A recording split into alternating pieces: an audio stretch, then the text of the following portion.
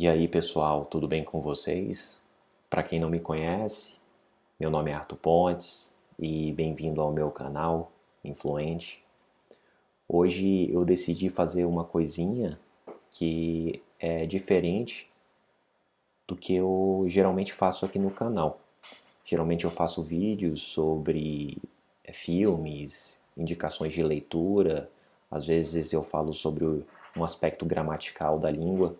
E hoje, na verdade, eu decidi ministrar uma aula para vocês, utilizando um texto, um transcrito de um dos meus vídeos, onde eu falei sobre o filme How to Train Your Dragon, ou Como Treinar o Seu Dragão.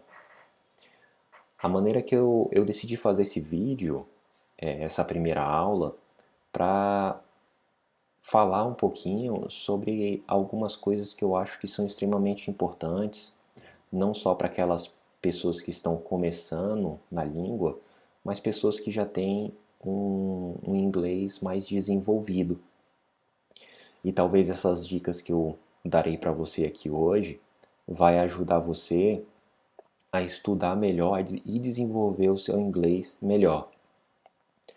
Apesar de eu estar falando sobre um texto onde eu vou apontar determinadas características que eu acho interessante, a análise de texto e é interessante também para a fala, porque diferentemente do português, a maneira como você fala no inglês é a maneira como você escreve e vice-versa. Uma coisa que eu acho interessante é que muitas pessoas me procuram para ter aula comigo e falam que querem focar na conversação, mas às vezes as pessoas não sabem nem como montar uma sentença. Elas sabem algumas palavras e elas tentam encaixar essas palavras de uma maneira que faça sentido para elas. Mas à medida que a gente vai tendo aula, eu percebo que ter uma aula apenas dedicada à conversação é quase impossível. Então eu sempre tento fazer meio que uma revisão de algumas coisas que eu acho que é interessante. E é isso que eu vou fazer aqui com vocês hoje.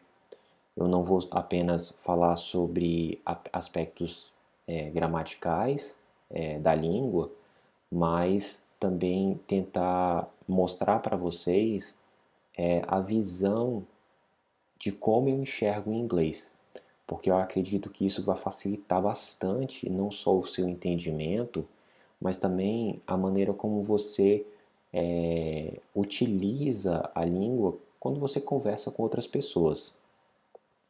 Eu não sei quanto tempo esse vídeo vai durar, então talvez eu divida ele em duas partes.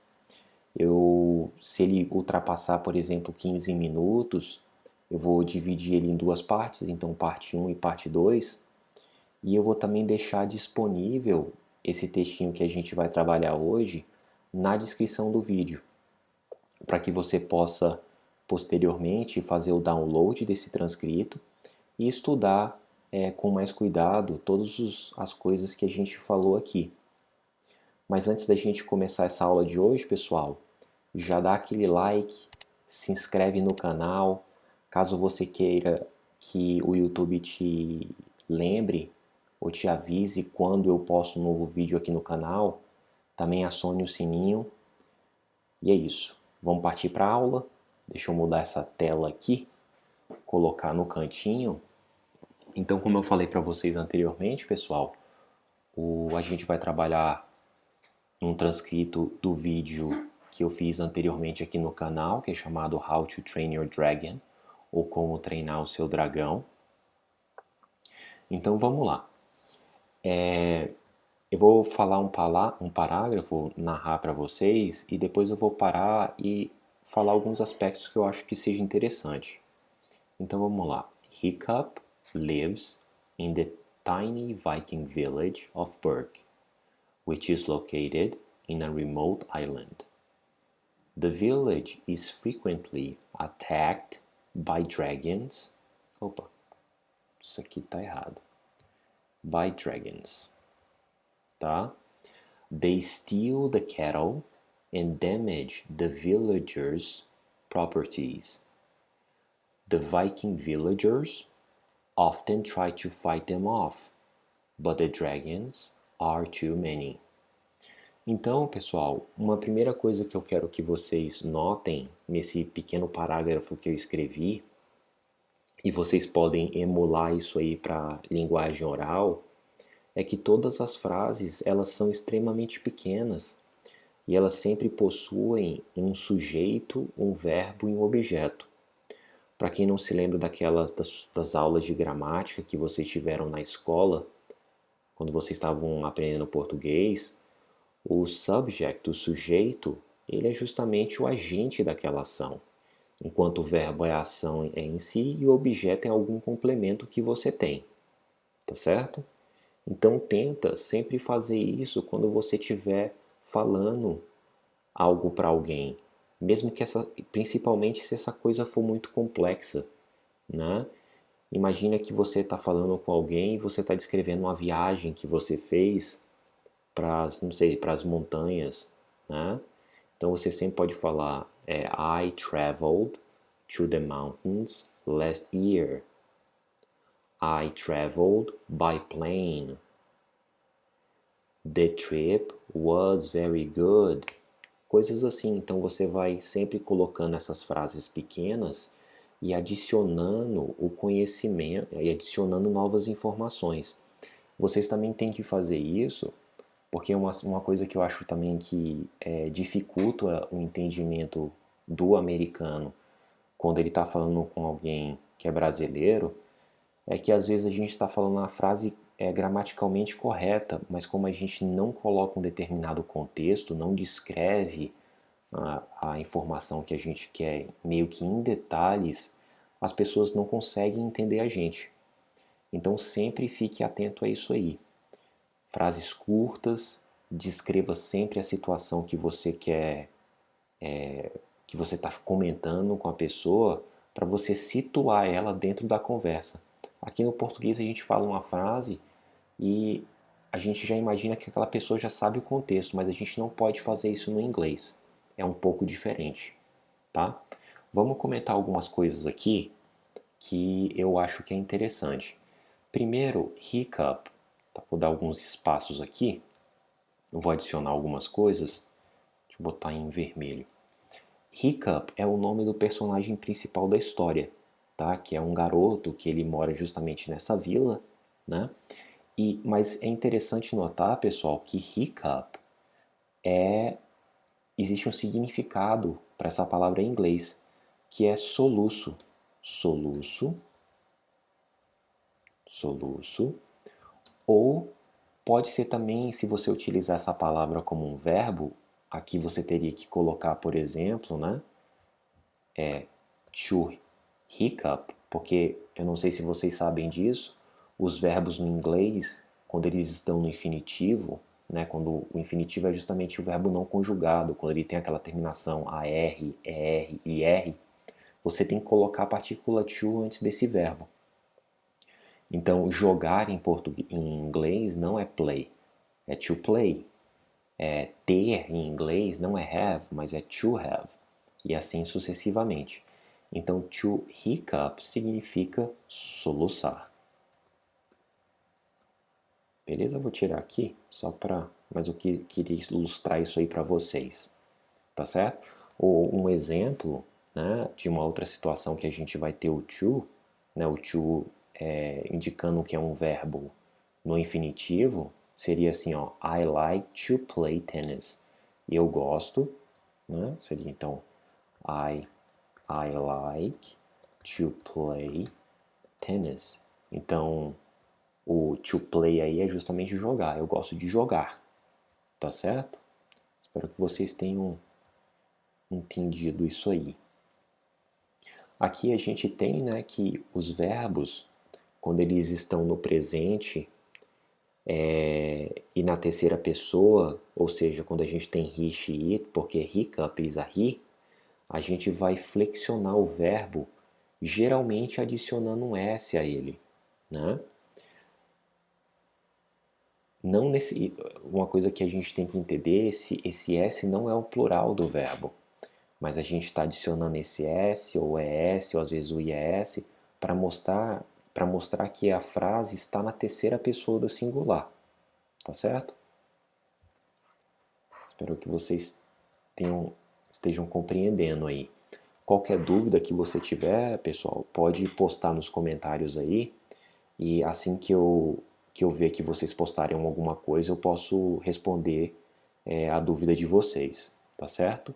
Então, to live é o verbo viver, né? Tiny é um sinônimo para small, mas ao invés de ser só small, é very small, tá certo? Burke é o nome da vila, né, que ele morava, e ela é locada numa ilha remota. Uma coisa que é interessante aqui é que essa palavra island, ela é o que nós chamamos, ela tem o que nós chamamos de silent S, né? Que é no inglês, né? Diferentemente do português, nem sempre a maneira como a palavra é escrita, ela vai ser pronunciada daquela maneira. Isso aqui é um exemplo claro disso, né? Onde a gente não tem a pronúncia do S, né? Então isso aqui é o que nós chamamos de silent S. Uma outra palavra que a gente também não pronuncia o S é aisle. Aisle. Ok? E significa corredor. Corredor do supermercado, ou corredor do avião, né? Então, aqui a gente sempre tem, pessoal, essa ideia, né, do sujeito, do verbo e do objeto. Aí uma outra frase aqui, cadê, ó? Sujeito, verbo, objeto, beleza? Então vamos lá. The village is frequently attacked by dragons. Então a vila é frequentemente atacada por dragões, tá certo? They steal the cattle. Cattle é uma palavra que a gente usa em inglês que significa gado, tá? Lembrando que é interessante, né? Nós temos também a palavra cow, que é vaca, e nós temos também a palavra ox, que é boi, tá? Não sei se vocês sabiam disso, mas cow é só vaca, tá? Damage seria o verbo to damage seria danificar, né? Vou botar aqui danificar, como se tivesse no infinitivo, mas seria to damage, tá certo? The villagers' properties.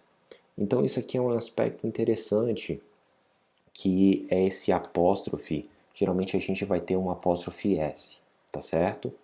Que ele vai dar como errado, mas isso aqui tá errado, que ele tá botando como se fosse um erro. No inglês, existem algumas maneiras que você pode indicar posse de algo, tá? No português a gente usa a preposição, né? Do. Preposição mais artigo, que é de mais o artigo o. No inglês a gente pode usar essa estrutura também, como of the, né? Mas geralmente a gente usa o of the quando a gente está falando, quando um objeto ele pertence a um outro objeto. Por exemplo, the car of the hotel, o carro do hotel, né? Quando a gente está falando de objetos que pertencem às pessoas, a gente utiliza comumente esse apóstrofe S, tá certo? Uma coisa que é comum é que se a pessoa, né, o villagers, seriam as pessoas que moram na vila. Como aqui são mais de um, eu botei o S no final. E uma coisa que é interessante é que quando você indica essa ideia de posse e a pessoa, o nome que você tem, que tem uma determinada posse termina com S, você não precisa, por exemplo, você não precisa adicionar o S depois do apóstrofe. mas isso aí vai de pessoa para pessoa. Eu geralmente tiro, mas isso aí é só para vocês ficarem ligados só, tá certo? Então, as propriedades das pessoas da vila, tá? Então, the Viking villagers often try to fight them off, but the dragons are too many. Então, pessoal, uma coisa que é interessante aqui também, Viking villagers, o Viking, os vikings, aqui ele está sendo usado como adjetivo para caracterizar as pessoas da vila, né, que eles eram pessoas da vila vikings, tá certo? E uma coisa que a gente tem que notar, eu não sei se vocês viram isso, é que Viking tá com a letra maiúscula. Existem palavras no inglês, e isso é um aspecto diferente do português, que existem determinados substantivos que não importa onde eles estejam, tá? Eles sempre vão ter a letra maiúscula. Quais são essas palavras? Bem, deixa eu colocar aqui nessa linha de baixo, tá? Essas palavras, pessoal, vão ser etnias, tá? Ou nacionalidades, que vou botar como se fosse o caso aqui, tá? Vão sempre ter letra maiúscula. Que mais? Nomes em geral, são nomes de pessoa, nomes de lugares, tá certo? Sempre vai ter uma letra maiúscula. E aqui começa a mudar um pouquinho, que vão ser no inglês dias da semana, como Monday, Friday e assim sucessivamente, você sempre vai ter letra maiúscula, tá? Os meses do ano em inglês vão sempre ter também letra maiúscula, tá? Então March, January e assim sucessivamente. Você sempre vai utilizar uma letra maiúscula nessas palavras. E uma outra palavra que a gente utiliza, que provavelmente vocês já viram, mas nunca perceberam, é justamente o I de eu. O pronome I, ele é sempre letra maiúscula, não importa onde ele esteja na frase. Beleza, pessoal? Uma outra coisa que eu quero falar para vocês aqui, e foi um tópico de um vídeo que eu já postei aqui no YouTube, que é justamente essa palavra, esse verbo frasal, verbos frasais, tá certo? Então, os verbos frasais, eles são, aqui nesse caso é to fight off, tá? Os verbos frasais, geralmente eles são verbos, no inglês, que às vezes existe uma outra partícula adicionada a esse verbo. E quando essa nova partícula ela é adicionada, às vezes você muda completamente o significado desse verbo, tá? O to fight é lutar, mas to fight off significa você lutar no sentido de expulsar alguém de algum local, tá? Às vezes, essas palavras, essas partículas que são adicionadas a esse verbo, eles mudam completamente o significado desse verbo. Um exemplo aqui que a gente pode ver é o to give up. O to give é dar, mas to give up é desistir. Tá? E eu vou colocar aqui em algum lugar aqui em cima um link para o vídeo que mostra, onde eu falo algumas regras que a gente tem que seguir quando a gente utiliza os verbos frasais. Eles são extremamente complicados para aquelas pessoas que estão aprendendo a língua, porque às vezes o objeto ele pode estar dentro do verbo frasal, como é o caso aqui, tá? E às vezes esse objeto ele é muito grande. Então as pessoas às vezes elas olham o verbo, começam a ler o objeto e não faz nenhum sentido. Por quê? Porque você tem que ler a frase inteira.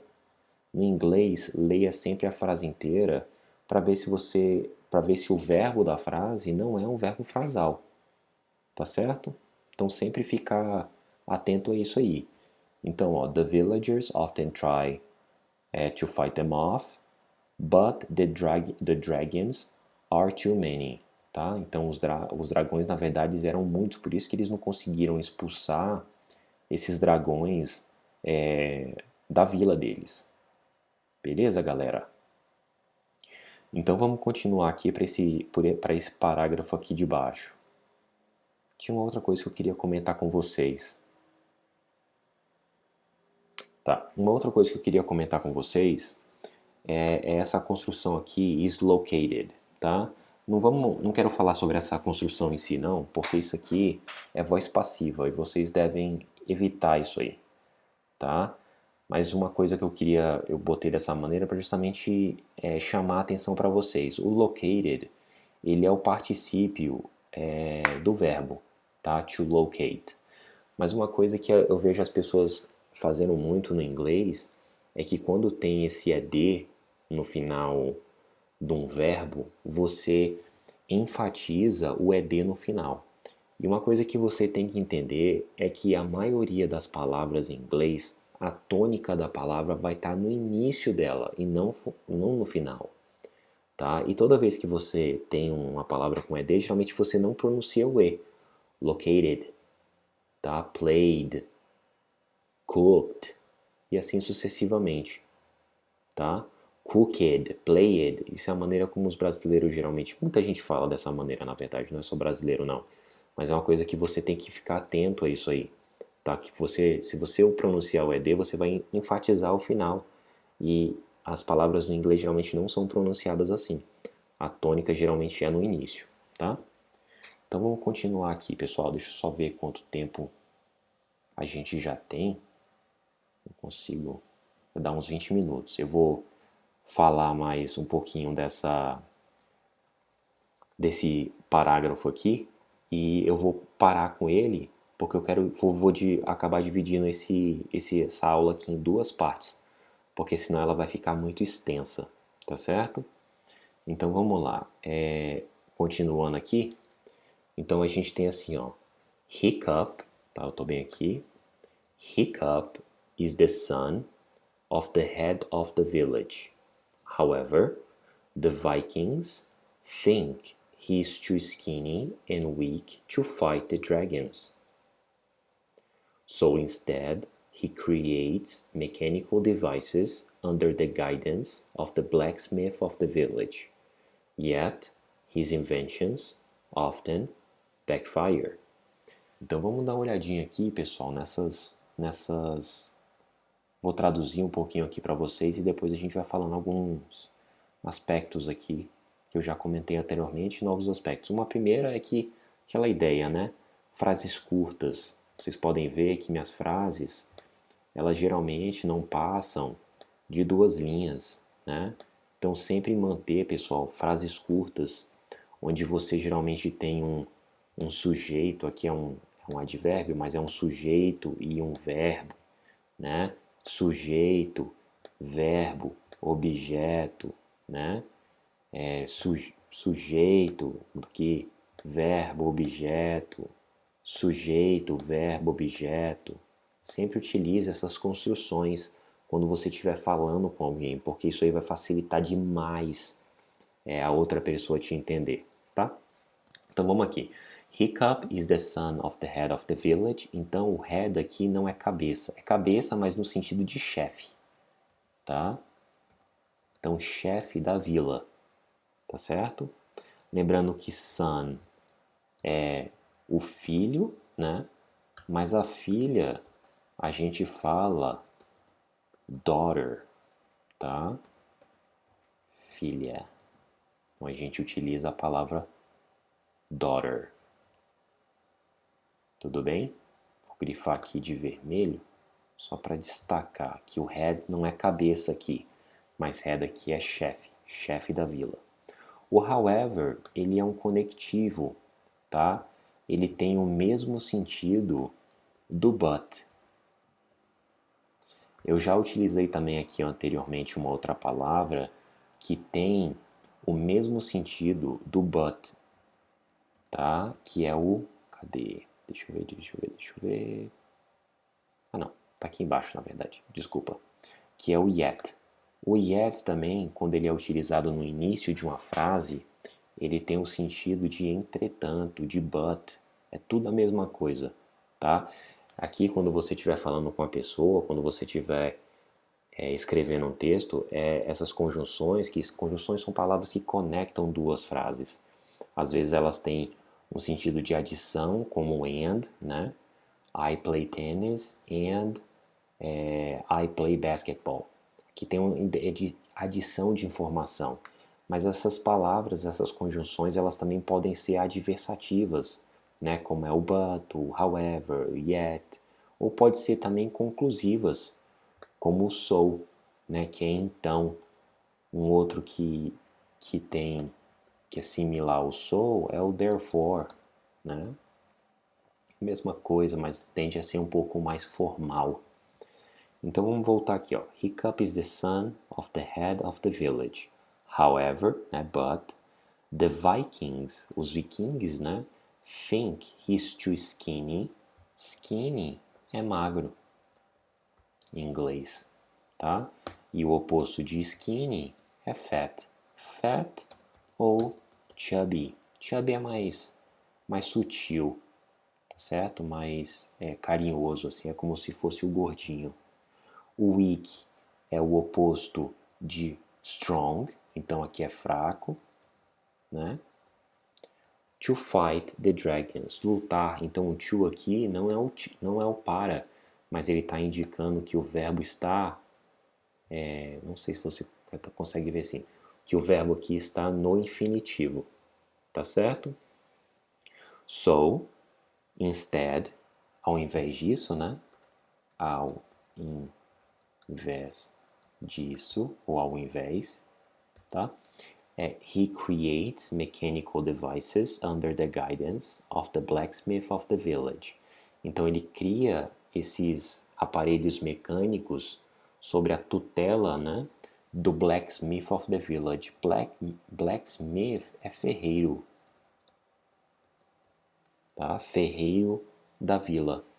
Entretanto, né, his inventions often backfire, mas às vezes as invenções dele algumas vezes não funcionam. O backfire aqui é um verbo e ele também é utilizado para significa também, né, a ideia de sair pela culatra, né? Sair pela culatra, de não funcionar, né? Essa é a ideia desse backfire.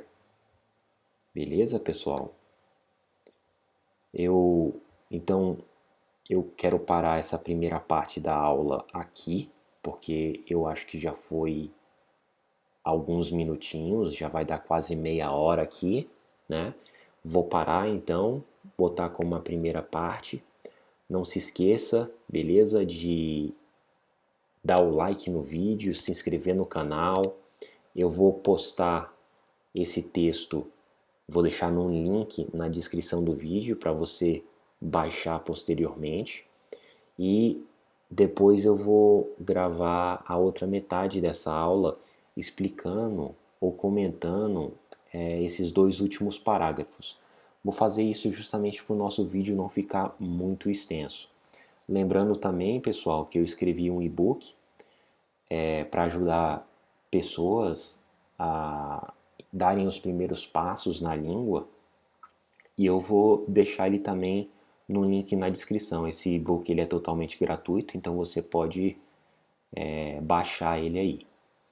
Então, por hoje é só isso, pessoal. Então, até a segunda parte dessa aula. Um abraço.